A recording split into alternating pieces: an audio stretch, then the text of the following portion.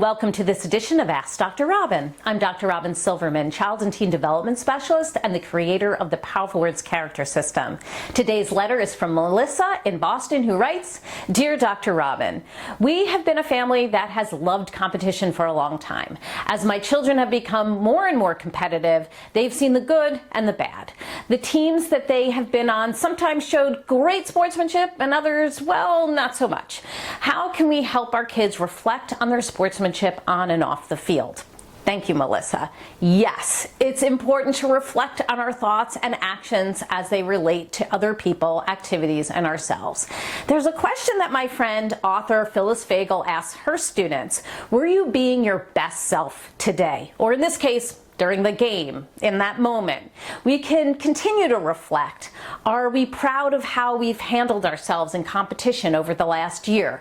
What would we change, if anything? As we step back and take inventory, how can we become more informed and better equipped to show character in the future? So, how can we proceed?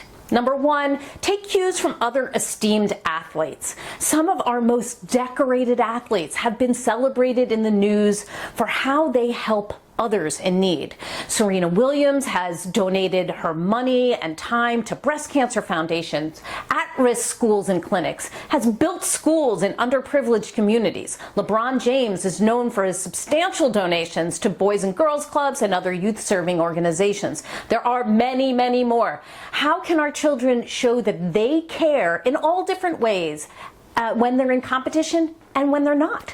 Look back and reflect. Along the same lines, you can show your kids examples of great sportsmanship from the past. Like, perhaps you might remember when American runner Abby D'Agostino tripped over New Zealander Nikki Hamblin during the Olympic Games in Rio, and then they helped each other to pass that finish line. They both received an award for fair play.